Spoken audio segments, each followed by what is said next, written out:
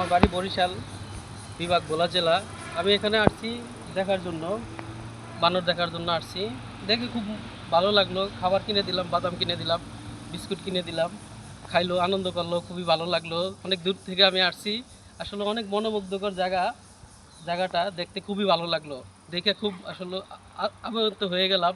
আর বিশেষ করে যারা বন বিভাগের দায়িত্বে আছেন তাদেরকে আমি বলবো যে আপনারা এগুলোর দিকে একটু নজর দিবেন। ওরা তো অবলা জিনিস, বোবা প্রাণী। ওরা খাওয়ার অভাবে দেখা গেছে রাস্তাঘাটে যায় থাকে, যে সমস্যা হয়, গাড়ি ঘোড়া যায়, গাড়ি টাড়ি চলাচল করে। এটা মেন রাস্তা একটা, ময়মনসিংহ টাঙ্গাইলের একটা মেন রাস্তা। এখানে অনেক ক্ষয়ক্ষতিও হয়।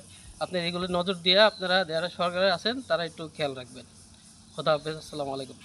বন বিভাগের মধ্যে ঘুরতে আসছিলাম, আসলে এসে যা দেখলাম এটা আসলে একটা মর্মান্তিক বিষয়। এখানের যে পশু প্রাণীগুলো আছে, বিশেষ করে বানরের পর্যাপ্ত খাবারের অভাবে কিন্তু তারা রাস্তাঘাটে বিভিন্ন জায়গাতে ছড়িয়ে ছিটিয়ে আছে এবং তারা অ্যাক্সিডেন্টের প্রচুর পরিমাণে ঝুঁকিপূর্ণভাবে তারা পারাপার হচ্ছে।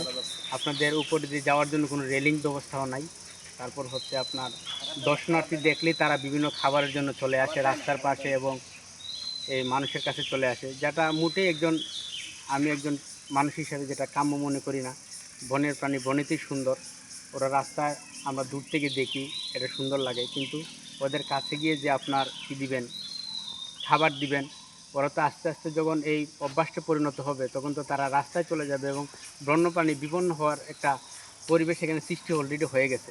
আমি দেখছি যারা বন বিভাগের যারা কর্তৃপক্ষ আছেন, এটা যথাযথ একটা ব্যবস্থাপত্র আপনার গ্রহণ করবেন, যাতে করে এই বনাঞ্চলটা এবং বানরগুলা বেঁচে থাকে আমাদের মধ্যে। আমরা যারা প্রকৃতিপ্রেমী মানুষ আছি তারা যেন সে দেখতে পারি। সবাইকে আসসালামু আলাইকুম।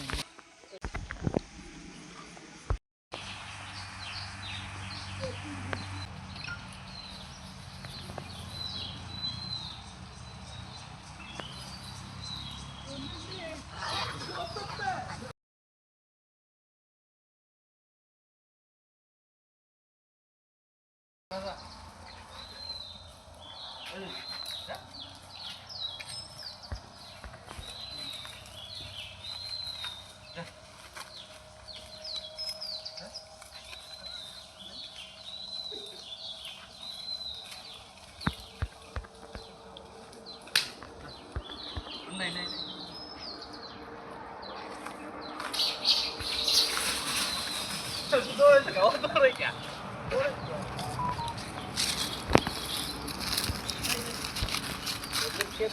এদেরকে বনবিভাগ দিয়ে খাওয়ার দেওয়াটা একটু মুশকিল।